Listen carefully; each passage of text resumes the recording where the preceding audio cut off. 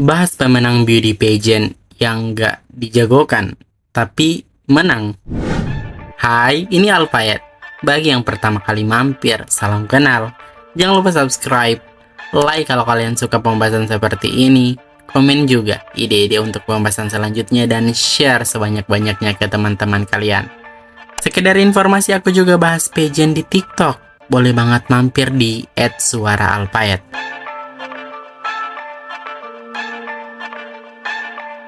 Disclaimer dulu, seorang pelaku pageant masuk mega favorit atau enggak itu sebenarnya tergantung jejak pendapat pageant lover yang nilainya pageant lover.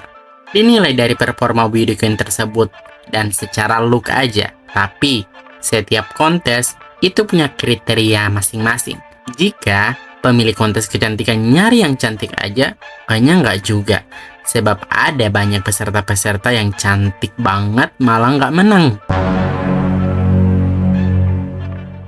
Secara tersirat, mungkin yang kita dapat simpulkan ialah para pemilik beauty contest mencari pemenang yang dapat bekerja sama dengan mereka, ditunjang dengan kecantikan dan kecerdasan. Kalau kita udah paham konsep kayak begini, setidaknya kita udah bisa jauh lebih menerima. Oh, ini yang menangnya. So, kali ini kita akan membahas pemenang-pemenang beauty pageant yang nggak dijagokan untuk menang. Bersiaplah.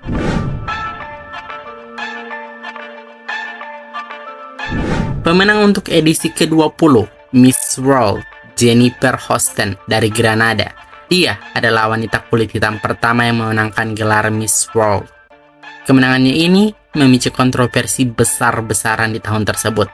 Sweden yang saat itu menjadi mega favorit hanya terhenti di posisi keempat, dan Perdana Menteri Grenada Erik Gairy duduk di kursi juri, menimbulkan tuduhan-tuduhan pedas atas kemenangan Jennifer. Banyak yang percaya 4 dari 9 juri telah memberikan suara tempat pertama kepada Miss Swedia, sementara Miss Grenada hanya menerima 2 pilihan dari dewan juri. Tapi peserta Swedia finish di urutan keempat. Tak pelak, terdapat banyak tuduhan bahwa kontes telah dicurangi. Beberapa penonton berkumpul di jalan di luar Royal Albert Hall, tempat yang menjadi venue di malam final di tahun tersebut setelah kontes, dan meneriakan Sweden, Sweden. Beruntungnya, Jennifer mampu menyelesaikan tugasnya sebagai Miss World hingga menyerahkan gelar Miss World ke penerusnya pada 10 November 1971. Meskipun di tahun sebelumnya, Diana Mendoza dari Venezuela berhasil meraih kemenangan, namun tidak semerta-merta membuat wakil Venezuela, Stefania Fernandez di Miss Universe 2009, langsung menjadi mega favorit. Menurut pengakuan Zivana, bahwa Stefania selama kompetisi cukup pendiam dan tidak mencolok layaknya Diana yang dapat mencuri spotlight. Penampilannya di preliminary pun tidak cukup kuat untuk membuat namanya melambung jadi jagoan yang akan meraih kemenangan. Bahkan banyak yang berpendapat poin yang Stefania terima di malam final itu cukup lakis sebab mentok banget. Beruntungnya di top 5 kayaknya nilai kembali 0 sehingga Stefania bisa menang atas jawaban yang gak sebagus itu juga. Tapi yang perlu di-note, Stefania di sini bukanlah dark horse. Aku malah curiga Stefania ini masuk ke list Trump card di tahunnya. Ditambah, Mr. Trump sendiri mengungkapkan bahwa Stefania satu dari 3 Miss Universe favoritnya bersama Diana Mendoza dan Jennifer Hawkins. Di luar dari itu semua, dirinya mengukir sejarah untuk negaranya, Venezuela, sebagai negara pertama yang berhasil back-to-back setelah dia memenangkan edisi ke-58 Miss Universe dan menerima mahkota dari Diana Mendoza yang sama-sama berasal dari Venezuela.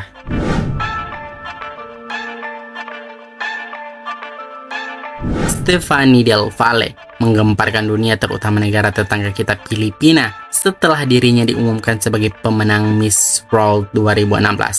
Sebab Catriona Gray yang sama-sama berada di top 5 saat itu menjadi kandidat terkuat yang digadang-gadang akan kembali membawa pulang mahkota Miss World untuk kedua bagi Filipina.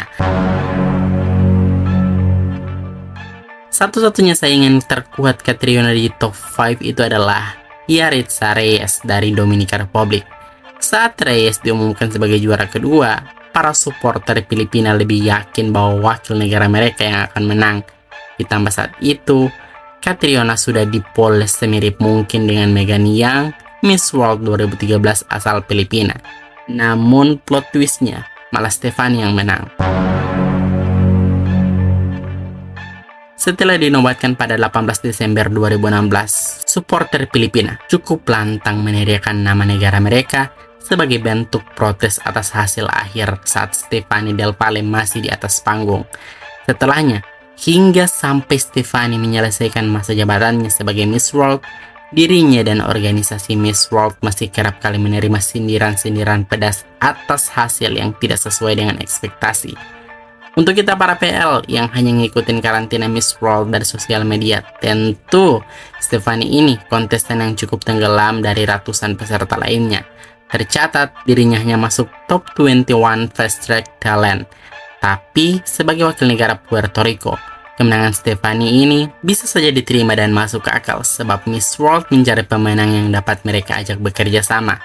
Terbukti, setelah menjabat, Stephanie masih kerap kali ikut kegiatan Miss World organisasi.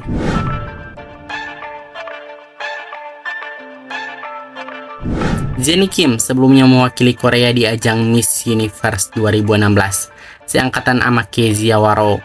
Namun dirinya gagal masuk ke 13 besar Miss Universe. Lalu, di 1 Desember 2017, dirinya dinobatkan sebagai Miss Supranational 2017. Untuk aku pribadi, kemenangan Jennie ini surprise banget. Tidak kepikiran bahwa Miss Supranational organisasi akan memenangkan Korea di saat Kolombia ada bersama di last standing. Tapi bukan berarti aku benci Jennie atau hate sama Jennie. No, lebih ke nggak nyangka aja. By the way, Jennie ini merupakan Miss Supranational pertama yang diundang untuk menghadiri malam final Putri Indonesia 2018. Selain menjadi teman dekat Karina Nadila, Putri Indonesia Pariwisata 2017 yang berkompetisi di Miss Supranational 2017. Di tahun 2018, Yayasan Putri Indonesia Perdana mulai mengundang semua ratu dunia untuk lisensi yang mereka pegang.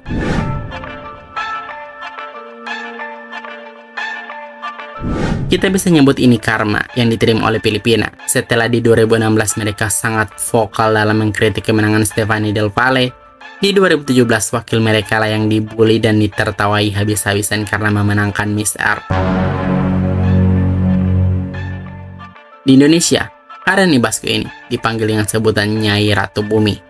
Aku nggak tahu kenapa dia disebutnya Nyai. Namun di tahun 2017, meme dari pemenang Miss Earth 2017 ini bertebaran di media sosial. Tapi, kemenangan Karen saat itu memang mengagetkan. Namun, setelah dirinya diwawancarai oleh Gandhi Fernando, aku jadi tahu mengapa saat itu Karen Ibasco bisa memenangkan Miss Earth. Dia cerdas banget. Public speakingnya bagus, pakai banget. Dan setelah menjabat, malah makin cantik. Tapi Karen sempat notice mengapa dia di Indonesia disebut Nyai. Dan dirinya juga tahu alasan mengapa dirinya menerima bullying besar di tahun 2017, sebab dinilai kurang cantik. Sebenarnya, dirinya pun mengaku heran mengapa make up-nya di malam final Miss Earth 2017 bentukannya kayak gitu. Kalau Nyai Ratu Bumi aja bingung, gimana dengan kita? Mau nuduh sabotase juga nggak mungkin sih. Masa iya orang Filipina menyabotase make up wakil Filipina sendiri? Nggak masuk ke akal.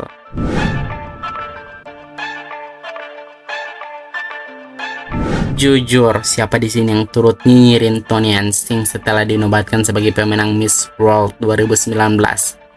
Tony ini sebenarnya menang Fast Track Talent, cuman kalau untuk sampai menang Miss World mengagetkan juga. Tapi sekali lagi, ini Miss World ya. Ini Miss World.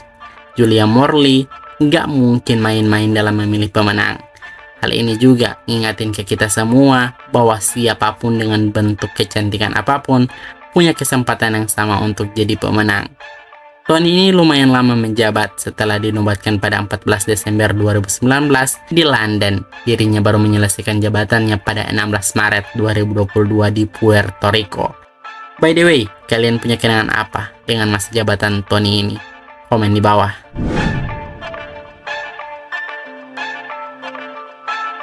Pemenang untuk edisi ke-59 Miss Internasional, Sretron Tiaramwat dari Thailand yang dinobatkan pada 12 November 2019 di Tokyo Dome City Hall, Japan. Cukup mengejutkan sebab dirinya berdiri bersama-sama dua mega favorit, yakni Miss Indonesia dan Filipina di tahun itu saat menunggu pengumuman juara. Sretron dan para PL seketika kaget saat nama Thailand lah yang disebut sebagai pemenang Miss Internasional 2019. Sejujurnya, dirinya masih masuk ke dalam kriteria Miss Internasional, putih, glowing, dan angelic face yang memang kesukaan Miss Internasional organisasi. Sehingga setelah kemenangannya nggak banyak protes yang datang jika dibandingkan dengan pemenang-pemenang yang sudah aku sebutkan sebelumnya. Dan juga dia cukup panjang dalam mengemban tugas sebab Sretron baru menyerahkan gelar kemenangan Miss Internasional kepada penerusnya pada 13 Desember 2022. Dan ini yang terakhir di list ini, kemenangan Nguyen Thuc Thuy Tien bagi Miss Grand International 2021. Mengagetkan jujur. Kendati kalau kita lihat Tien juga saat berkompetisi performanya bagus, dia punya pendukung PL Vietnam yang sangat solid. Tapi mengapa kemenangan ini jadi gibahan di saat itu? Sebab Tien mengalahkan sang mega favorit di Tula Standing, yaitu Andrea Aguilera dari Ekuador, yang digadang-gadang bakalan keluar sebagai pemenang. Tapi ya, Andrea di sini nggak yang berontak atau tantrum kayak mega favorit lain saat kalah. Namun, kontes kecantikan akan selalu ada pro dan kontra atas kemenangan. Intinya, para pemilik kontes kecantikan nyari sosok yang bisa diajak kerja sama. Cantik saja, nggak cukup.